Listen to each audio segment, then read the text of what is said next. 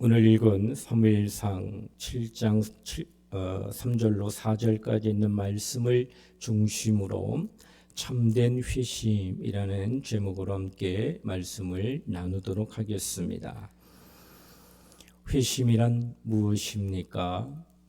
이 회심이란 신앙인이 자기의 죄악된 생활에서 그것으로부터 하나님께로 돌아오는 행위를 말한다고 간단히 설명할 수 있습니다.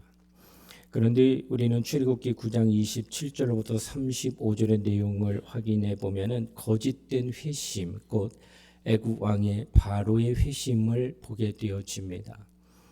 이것은 회심에도 거짓 회심이 있을 수 있다는 사실을 말해주며 또 한편으로는 우리의 회심이 참되어야 할 것을 시사해주고 있다라고 하는 것입니다.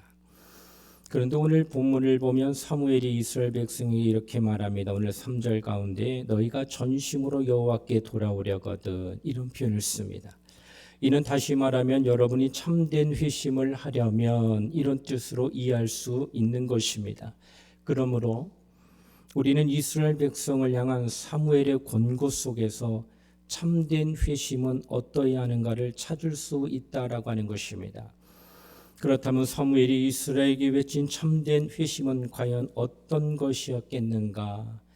오늘 우리가 하나님께로 죄악된 생활에서 돌아와 하나님께로 향한다고 하는 이 회심이라고 하는 것을 우리는 이 땅에서 하나님을 믿는 믿음 가운데 행하고 있고 또 그렇게 실천하고 있지만은 실상은 거짓된 회심도 있다고 하는 겁니다. 사람에게 보일 때는 그럴듯하게 보이는데 하나님이 보실 때는 그렇지 않다는 거예요. 여러분 속지 마세요. 사람이 나를 인정해 주시고 사람이 나를 높여주고 사람이 내게 정말로 그 신앙생활에 대하여 박수를 쳐준다고 내가 신앙이 좋은 게 아니에요. 하나님이 내게 인정해 주셔야 돼요. 하나님이 나를 바라볼 때 내 믿음이 진실하다라고 여겨주실 때야 비로소 내가 신앙이 참 잘 돼 있구나 깨닫는 것입니다. 오늘 말씀은 바로 이 부분에 초점을 맞추어서 함께 말씀을 나누려고 하는 것입니다. 자칫 잘못하면은 신앙생활 연조가 깊고 오랫동안 교회 생활했기 때문에 믿음이 훌륭하다라고 하는 공식을 우리도 모르게 갖게 된다라고 하는 것이에요. 10년, 20년, 30년 믿게 되면은요, 신앙으로 인하여서 그 몸이 상당히 절제되면서 그 부분에 대해서 탁월함이 보여지는 게 확연하게 나타납니다. 그렇기 때문에 참 보기 아름답습니다. 그러나 하나님이 보시는 것은 그것이 아니다라는 것입니다. 사람은 그 외모를 보나 하나님은 그 중심을 보시느냐라고 말씀하셨습니다. 그러므로 오늘 우리 중심이 하나님 앞에 어떻게 서야 된다고 하는 것을 오늘 읽은 사무엘상 7장의 말씀을 중심으로 함께 말씀을 상고하도록 하겠습니다. 그 첫째는 참된 회심은 죄악을 버리는 것입니다. 오늘 본문 3절의 말씀을 보게 되면 이렇게 표현하고 있습니다. 사무엘이 이스라엘 온 족속에게 말하 이르되 만일 너희가 전심으로 여호와께 돌아오려거든 이방 신들과 아스타롯을 너희 중에 제거하고 이렇게 표현하고 있습니다. 바로 이스라엘 중에 있는 죄를 먼저 제거해야만 참된 회심이 이루어질 수 있다는 사실을 오늘 가르쳐주고 있다라는 것입니다. 여러분과 내가 익히 잘 알고 있는 소돔과 고모라 성 죄악이 처음으로 관영했기 때문에 하나님이 그것을 보시고 유황불로 심판하기로 작정하셨습니다. 다만 하나님께서 먼저 아브라함을 찾아가셨고 아브라함에게 말합니다. 너에게는 내가 비밀을 숨기지 아니하리라. 이제 소돔과 고모라는 유황불로 멸할 것이다. 아브라함은 생각합니다. 거기에 누가 있느냐? 조카 롯이 있다는 거예요. 그래서 말합니다. 여호와여, 의인 50이 있는데 그래도 멸하시겠습니까? 아니요. 의인 45가 있는데도 멸하십니까? 아니요. 의인 40, 30, 20 마지막 한 번만 더 제가 부탁하는데 10명만 있어도 멸하시겠나이까? 10명만 있어도 나는 멸하지 않겠다. 아브라함이 이렇게 간곡하게 부탁했던 까닭은 롯이 있기 때문에 그랬습니다. 롯을 살리고자 하는 아브라함의 마음이 있었기에 그와 같은 마음을 하나님 앞에 비추었습니다. 마침 천사가 소돔 땅에 도착하여 가장 먼저 찾아간 집이 롯의 집이었습니다. 그리고 그 롯을 구원할 때의 성경의 말씀은 아브라함을 생각하사 이런 표현을 씁니다. 롯은 참 부족한 사람인데 그의 삼촌이 되는 아버지가 되는 그 아브라함의 믿음이 훌륭하여 그로 인하여서 소돔 고모라의 유황불 가운데 건짐받을 수 있는 은혜를 입게 되게 되었다라는 것입니다. 그리하여 롯은 딸들과 사위들은 롯의 말을 농담으로 여겨서 떠나지 아니하고 딸들과 아내와 함께 넷이서 그 성을 탈출합니다. 이제 그 성은 이들이 떠나는 그 순간 유황불이 떨어지기로 모든 것이 예비되어 있고 작정되어 있다는 것입니다. 그래서 이들은 황급히 떠나는 가운데에 놀랍게도 딱 한 가지만 말했습니다. 절대로 뒤돌아보지 마라. 앞만 보고 가라. 그런데 롯의 아내가 그만 뒤를 돌아봅니다. 창세기 19장 26절에 이렇게 말합니다. 롯의 아내는 뒤를 돌아보았으므로 소금 기둥이 되었더라. 뒤를 돌아본 곳은 어디입니까? 소돔과 고모라입니다. 죄가 관영한 곳이었습니다. 죄로부터 빠져나오는 그가 다시 죄를 바라본다는 것은 여전히 거기에서 즐겼던 그 쾌락의 문화를 그리워하고 사모하고 안타까워하는 마음의 표현이었다는 거예요. 그렇다면 그는 온전한 회심한 자가 아닙니다. 여러분, 오늘 이 이방 신들과 아스타롯을 너희 중에 제거하라는 것은 완벽하게 다 끊어내라는 것입니다. 조금도 주의 여지를 남기지 말아야 되는데 롯의 아내는 몸은 여기로 가고 있는데 마음이 아직도 이 안에 있는 거예요. 그러니 뒤를 돌아보는 순간 소금 기둥이 되어진 겁니다. 그렇습니다. 참된 회심은 하나님께서 미워하시는 죄와의 완전한 단절을 의미하는 겁니다. 바꾸어 말하면 이는 단순히 자신의 죄악된 행실을 슬퍼하고 죄송한 마음뿐이다라고 하는 것이 아닙니다. 물론 그것이 회심의 전주곡일 수는 있습니다. 시작은 그렇게 해야 마땅한 것입니다. 그러나 참된 회심은 더 나아가 그 죄악된 행실을 완전히 미워하고 그것으로부터 자신을 완전히 분리시켜 결별시키는 것을 의미한다라고 하는 것입니다. 이제 우리는 하나님 앞에 내 중심이 그 마음이 여전히 아직도 하나님 보시기에 죄가 되는 그것을 미련을 가지고 있지는 않은가? 아직도 그것에 대한 마음을 놓고 있지는 못한 건 아닌가? 이런 마음은 눈에 안 보입니다. 나만 알지요. 바깥으로는 지금 계속 소돔과 고모를 향해 걸어가 피해서 나와 있는 그런 모습이지만 마음은 여전히 있다면 그것은 하나님 앞에 그 중심이 올바르지 못하고 있다라고 하는 것입니다.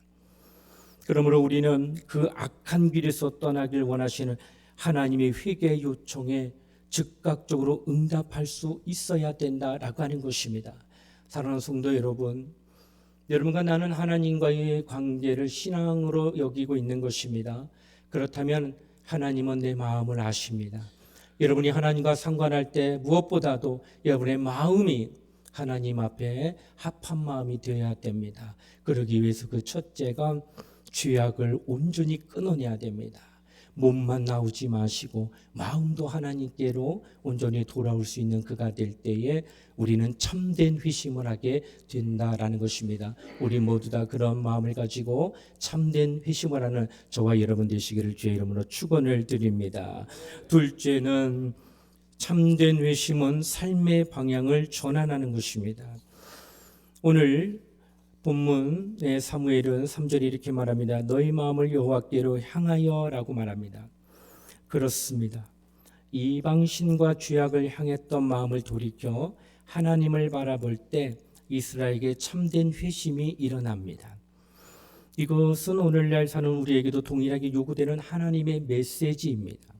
즉 우리가 진정 회심을 하려면 세상과 죄악을 향하던 삶의 방향이 완전히 바뀌어 하나님께로 향해야 된다라고 하는 것입니다.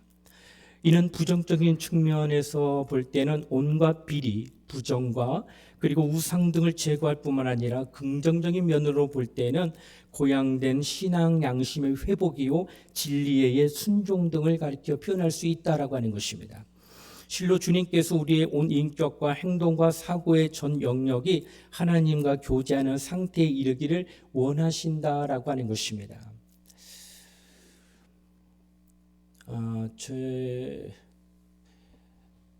저는 소개팅 안 했고요.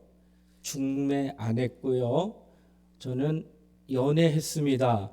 놀렐루야. 예. 제가 이래봬도 연애한 사람이에요. 그냥 참 어디 가서 그냥 참 부끄러운 말도 못하겠는데. 자, 이 연애 시절이 저에게 있었는데 여러분 연애하면 어떤 마음이 드는가? 여러분 제가 이제 저희 집사람 만나기 이전에 제가 29에 결혼했지만 이제 연애 기간은 오래되지 않습니다. 교회에서 같이 신앙생활을 했기 때문에요. 한 20 중반 이때까지는요. 저도 저 나름대로의 생활이 있었습니다. 그래서 대학을 가기 위해서 공부도 했고요. 또 취미 생활도 하고 또 운동으로 여러 가지 몸을 위해서 나름대로 열심히 제 나름의 삶을 살고 있었다라고 하는 것입니다. 또 사람을 만나면서 대인관계도 넓혀며 사회생활할 때의 모든 것들을 준비하는 과정이 그 20대 초반부터 계속 있어 왔었다라고 하는 것입니다. 그러다가 이성이 눈을 뜨게 되면 그때부터 내 배우자를 찾게 되는 마음이 들게 됩니다. 그러다가 찾게 되었고 그때부터 그 사람만 보이게 되더라는 것입니다. 어느 장소나 어느 때 상관없이 보고 싶은 마음이 참 많아요. 그래서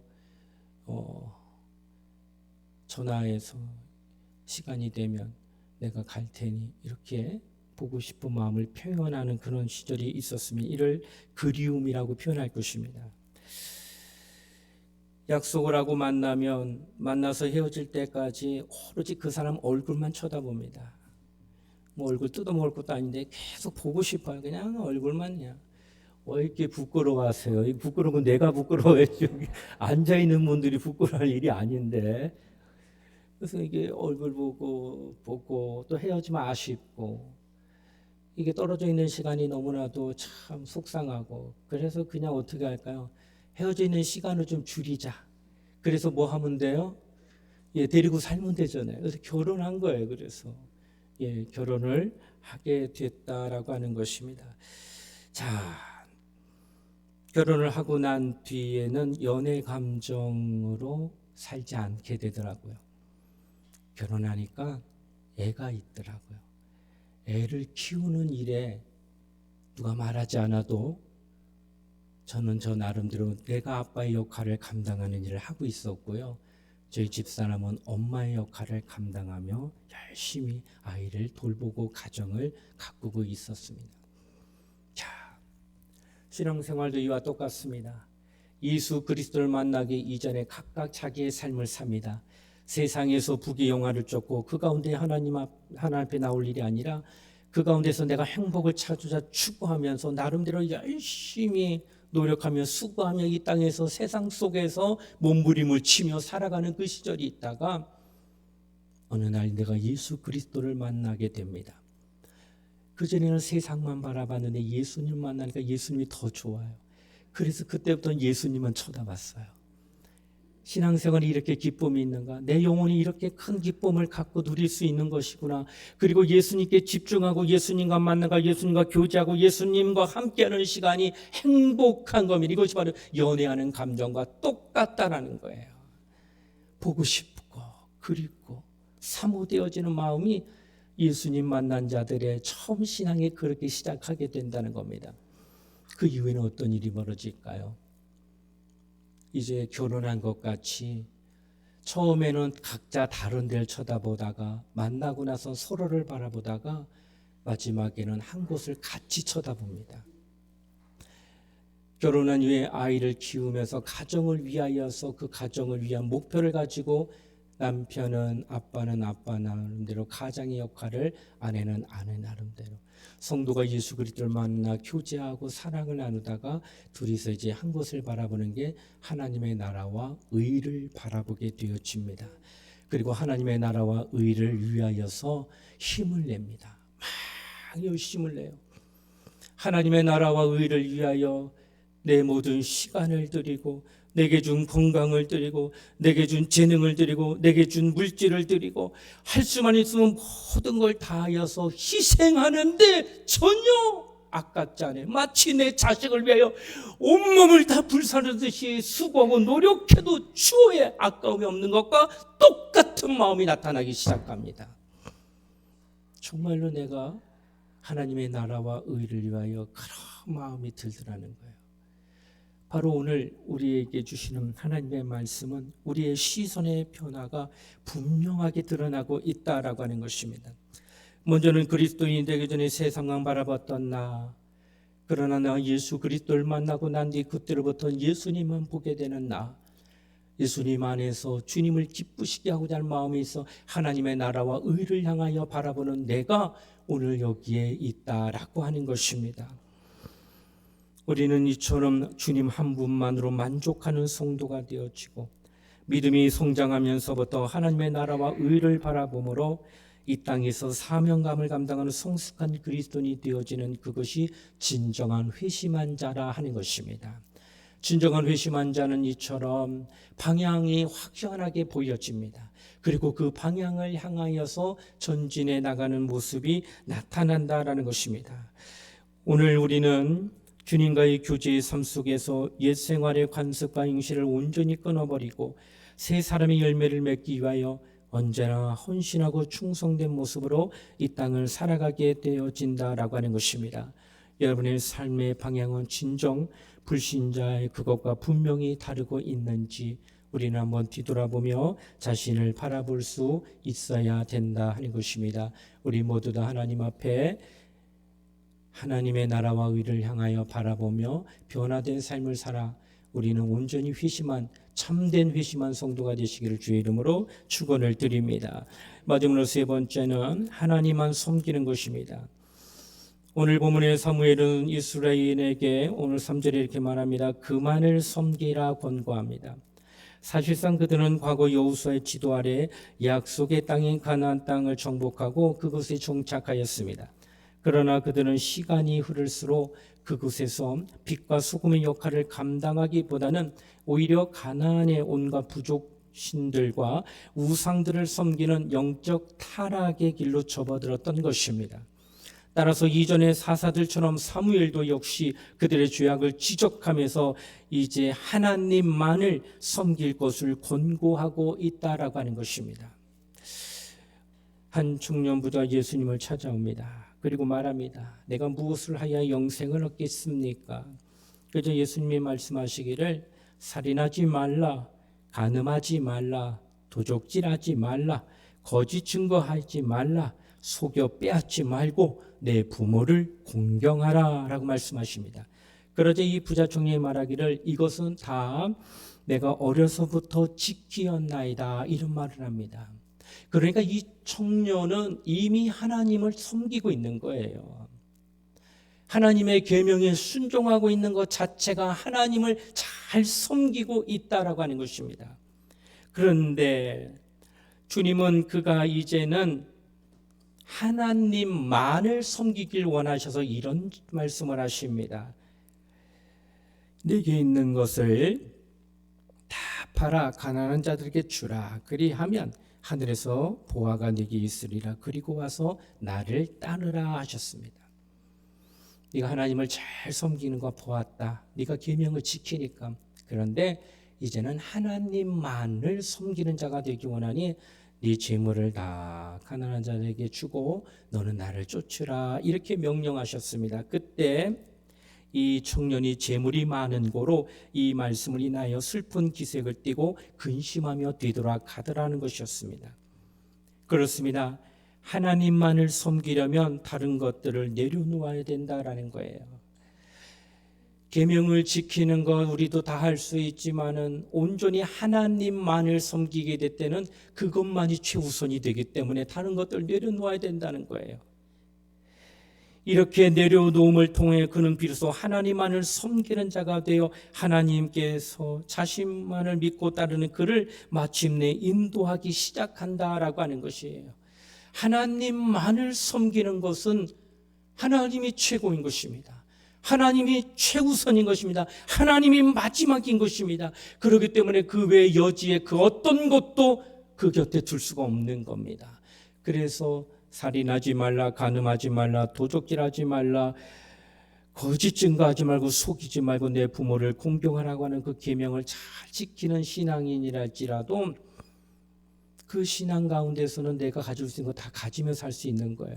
그러나 하나님만을 섬기고자 할 때는 내가 가지고 있는 것들을 내려놓을 수 있는 그 믿음과 의지가 나타날 때만 쫓아오게 되어진다라고 하는 것입니다. 하나님만 섬기는 것. 여러분 생각건대 우리 또한 과거 사단의 노예가 되어 사단을 섬기고 따랐던 자들이 틀림이 없었습니다. 그러나 인류에 대한 하나님의 사랑의 확증인 예수 그리스도의 십자가 죽음을 통하여 우리는 어둠에서 빛으로 또한 사단의 권세에서 하나님께로 돌아와 그분을 하나님 아버지라 부르는 합법적인 자녀가 된 것입니다. 그러므로 이스라엘인들에게 요구되었던 것과 마찬가지로 우리도 망설이며 주저없이 참 진리신 생명이신 주를 따를 뿐만 아니라 적극적으로 우리의 몸을 하나님의 뜻을 순종하는 의의 병기로 드림이 마땅하다라고 하는 것입니다. 그러므로 로마서 6장 13절에는 이렇게 말씀합니다. 또한 너희 지체를 불의의 무기로 죄에게 내주지 말고 오직 너희 자신을 죽은 자 가운데서 다시 살아난 자같이 하나님께 드리며 너희 지체를 의의 무기로 하나님께 드리라고 말씀하고 있다라고 하는 것입니다. 참된 회심은 이제 그는 하나님의 것이 된 자가 틀림이 없습니다. 틀림이 없는 그는 이제 주님의 지체로서의 삶을 이 땅에서 살아가라고 명령하고 계신다라고 하는 것입니다. 그러나 참된 회심을 하지 않으면 하나님이 쓰지 않습니다. 온전히 하나님의 것이 될 때 하나님이 좌지우지하며 쓰게 된다는 거예요. 그때는 어마어마한 하나님의 역사가 그를 통하여 나타나게 되어진다라고 하는 것입니다. 사랑하는 우리 성도님들도 참된 회심이 우리에게 먼저 있어야 됩니다. 먼저는 죄악을 온전히 끊어버리는 그런 성도가 되어야 되고, 둘째는 삶의 방향을 하나님께로 맞추며 하나님의 나라와 의를 갈망해야 되고, 마지막으로는 우리는 하나님 앞에 하나님만을 섬기는 자가 되어질 때에 우리는 하나님이 쓰시는 의의 병기로 하나님 앞에 거룩한 도구가 되어 하나님 영광 위하여 쓰임받게 되어진다라고 하는 것입니다.